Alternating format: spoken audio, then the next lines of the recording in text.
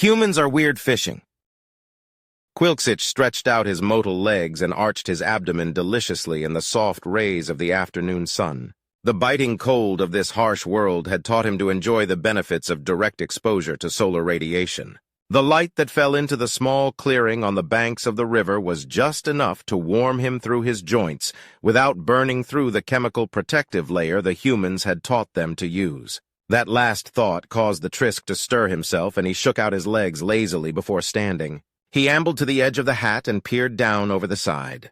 The human's eyes were closed, but his primary atmospheric pumps were functioning at a rate that indicated wakefulness. "Pardon me, Mac," Quilsich said. "Could you please hand up the solar protection?" The eyelids twitched and one massive arm groped out towards the rucksack beside them. Without opening his eyes, the human felt around in the top compartment for a moment before pulling out a bottle of the substance and handing it up to Quilksich. Quilksich accepted it and squeezed a few drops out onto his primary manipulating appendages. "Need any help with that, bud?" Mac asked with a yawn. "I do not," Quilksich assured him. "Unlike humans, we have full access to our entire surface area."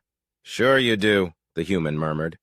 They fell into companionable silence, and Quilksich arranged the bottle on the human's hat so he could use it as a resting couch. He let his attention wander to the leg-like collection of polymer rods and line that rose from a secure place by the human's feet and dipped into the water before them. The flotation device bobbed slowly in the minute waves on the water's surface. "Mac?" Quilksich asked finally. The human gave a hum that Quilksich assumed was permission to continue. "Are there fish in this river?" Quilsich asked. There was a subtle shifting in the hat that indicated the human had changed his facial expressions without bothering to move his head. Quilsich supposed it was a smug smile, but didn't bother to check. "That's what we're here to find out now, isn't it?" Mac replied. "Did you check the biodiversity density records in the database before we embarked on this expedition?" Quilsich asked. "Nope," the human said with another yawn. "Did you hear reports of fish in this area from the teams of gathering?" Quilsich pressed. "Not a one," Mac confessed. "Do you have any reason at all to suppose that there are fish in this river?" Quilsich asked. "Would you be upset if I said no, Mr. Nutritional Anthropologist?" Mac asked, with the warm tones of a smile filling the air just as the sunlight did.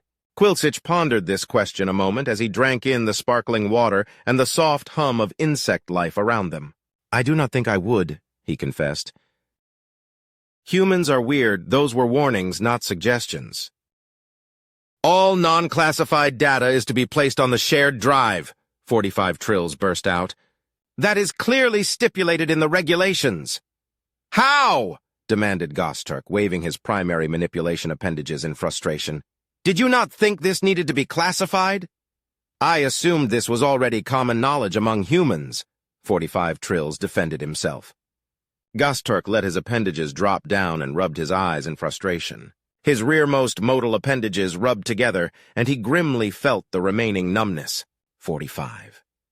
Trills noticed the motion and drew his wings together in a sympathetic wince. "Is the flame damage healing well?" he asked. "As well as can be expected," Gosturk stated. "Now, when did you first start compiling this?" He hesitated as he mulled over the proper descriptors. "This list." "It was soon after the first humans entered this sector," 45 Trills explained. "I was stationed on the observation platform that had been shared with the Shatar once. So it was the only base built to specs that could house a human. The rest were far too small. However, we had a megamite infestation on the base at the time."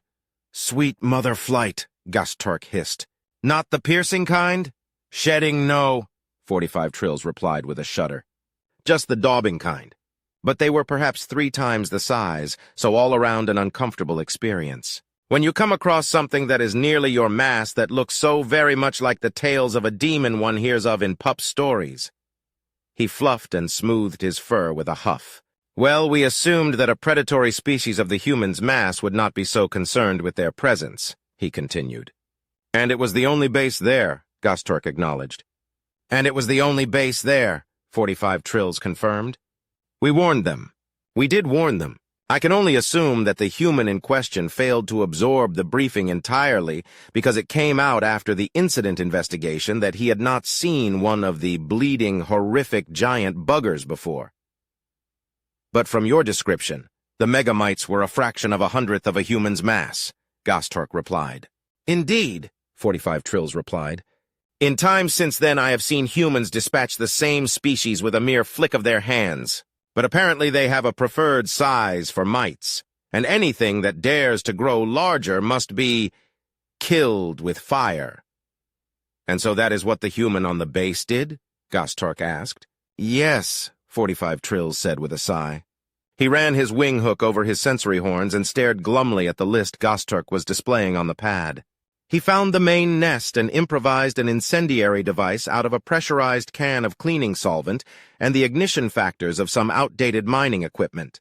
45 Trills went on. Didn't his screaming alert you before the fact? Gostork demanded. Human lungs are powerful to say the least. I might remind you I had never experienced human behavior before this, 45 Trills replied. Even if I had, this particular human wasn't prone to screaming. We had no warning before the fire suppressant systems informed us of his tampering with them. Well, we followed the indicators and found him singed and satisfied. What did he say? Gostork asked with a feeling of macabre interest. Everything's fine now, 45 Trills replied. Anyway, I had to write up the report for that incident, so I had that copy in my records. When it became clear that this wasn't a random encounter due to prolonged exposure to space, but a standard reaction to unknown threats, I decided to keep the list. Most entries are from my official reports, some are from incidences I observed personally, and some are purely second-wing telling. And what was the purpose of this list? Gostork asked. Safety! 45 Trills nearly shrieked out, flailing his wings wide. I wanted every officer in charge of a human to be aware that given an immediate threat, an approaching threat, or an insufficiency of threats, a human's first response is to set something on fire. I wanted them to be able to react to that. 45 Trills lunged across the table and gripped Gostork's head in his wing hooks. Gostork stiffened but didn't panic. They had worked together for too long for him to really fear the irritating winged. How was I supposed to know? 45 Trills demanded. How was I supposed to know that a list made for warning purposes would be taken as a... His voice broke out of Gostork's hearing range, and the Trisk winced back for a moment. Control yourself, 45 Trills, Gostork said firmly. What did you say the list was taken as? 45 Trills dropped back to his seat and gave a groan. The humans took it for a challenge, he finally said weakly. They printed out and check off the explosive, incendiary, and electric devices as they find ways to improvise them with the materials on hand. And that is why I was caught in that blast in the storage bay? Gostork asked. Human Green had found a new type of cleaning solvent, 45 Trills replied. This is all very interesting, Gostork said, and informative. However, the device that involved myself was not described in your list. I did mention the part where the humans improvise, 45 Trills pointed out. That you did, Gostork said. And now the list is out there and growing. Well, they survived long enough to achieve spaceflight, 45 Trills pointed out. They can't be too careless with explosions, can they? Humans are weird, always naked. Are you feeling well this morning, human friend Steve? Criscalt asked when Steve had settled onto the bench. Steve gave a tired grunt as he leaned over the table and rested his elbows on either side of his breakfast tray. Criscalt decided to ignore the clearly impolite gesture, as no matter what that sound had meant, human friend Steve was clearly not particularly chipper this morning. May we continue our conversation from last night? Criscalt asked once Steve had consumed the amount of coffee that allowed for normal brain function. What conversation? Human friend Steve asked, opening one eye far enough for his pupil to peer out at Criscalt. She tilted her head to the side and considered. There really had seemed to be multiple threads to the odd conversation last night. It would be hard to untangle them, but she supposed the main point would do for a start. The one about the naked Trisk, she explained. Human friend Steve stared at her through his one open eye for several seconds, then blinked both eyes slowly. He forced himself up into a position of maximal gravitational efficiency and took a deep breath before rubbing his face with his free hand. What now? He asked. May we continue our conversation from last night about the naked Trisk? She repeated slowly, making sure to enunciate each word clearly. Darlin', human friend Steve said slowly, I have never once discussed the clothing or lack thereof you spider types wear, and we didn't discuss anything last night. Criscalt tilted her head to the other side and considered how best to argue the point. Given that he seemed in serious earnest, she could only assume he was testing her on human protocol. Pix or it didn't happen, she said in a cheerful tone. I understand. He blinked rapidly in a show of confusion as she activated the holo projector in her tablet and played what she had recorded. Pardon me, Hollow-Her said to Hollow him. I did not understand that statement. Hollow human friend Steve sat bolt upright in his bed, staring fixedly at the wall with a large grin on his face. Naked, he said, and then giggled. Naked? Hollow Cruscult repeated in confusion. They are all naked, Hollow human friend Steve clarified, lifting his finger to point at the wall. Current human friend. Steve was staring at the recording with a look of dawning horror on his face that was making Current Cruscult rather uncomfortable. Who are all naked? Hollow Cruscult asked. All the Trisk, he replied in a slow, dull tone that was contradicted by another giggle. They are all naked. Dancing, he giggled again. We do not make a habit of clothing, she replied. But who exactly is dancing naked? Hollow human friend Steve blinked slowly at the wall, gave another giggle, and then slowly slumped back against his pillow. The next sound he made was clearly a snore. Cruscult stopped the recording and looked up at human friend Steve expectantly. Pix, she said firmly. So it happened. Now, what Trisk were you speaking of? Human friend Steve groaned and dropped his face into his hands. He muttered something about it being too early for this, though he did not specify what this was. Shall we discuss the naked Trisk at lunch then? Cruscult asked. Sure, human friend Steve replied. Just before that, look up sleepwalking and sleep-talking in humans in the Sci database. Very well, Cruscult said. Enjoy your breakfast, human friend Steve. And please don't show that recording to anyone else, he requested as she left. I'll never live that down. Humans are weird. Surface tension. Commander Stark? Shurtlix asked as he entered the commander's office. The commander was busy over yet another report justifying more equipment and was not in the best of moods. If Central didn't want to supply them with 4 times the usual required items, then perhaps they should not send item types that oxidized so quickly to a world that was over 90% surface water. He lifted his attention from yet another description of metal rusting out and tried to look attentive for the young anthropologist. Yes, he replied. I had an odd conversation with one of the humans, Shurtlix began uneasily. That describes most interactions with giant bipedal mammals with underdeveloped self-preservation instincts, Sturkett said in a flat tone. Is there a reason you came to me about it? Shurtlix shifted uneasily on his 6 motile legs and waved a gripper in confirmation.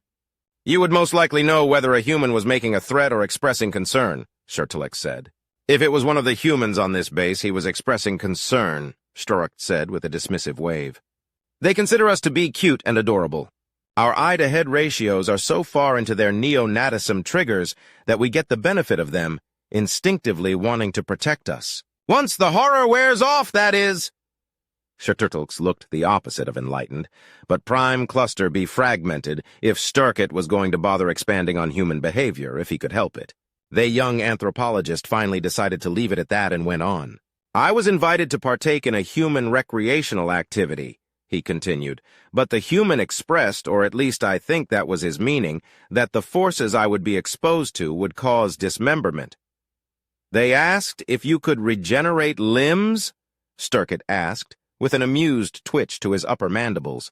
Yes, Shurtlix seemed relieved that Sturk recognized the behavior. What activity did they invite you to? Sturk asked. Water skiing, Shurtlix replied. Oh yeah, Sturkett said with a wave of confirmation. That one will rip your gripping appendages right off. Shurtlix stared at him in horror as if waiting for him to go on. Just tell them you are happy to observe, Sturkett said with a shrug. But if the forces are enough to dismember our much larger surface-to-volume ratio, Shurtlix began. Sturkett had been among the humans a long time, he would freely admit, long enough to be comfortable with interrupting someone else. Human limbs are very firmly attached, he replied, and they rely on the surface tension of the water to slow them down and reduce the tension force. You should go. Shurtlix stared at him silently for a few moments before slipping out of the office door. Sturk turned back to his report and made a mental note to prepare the med bay for the usual human injuries.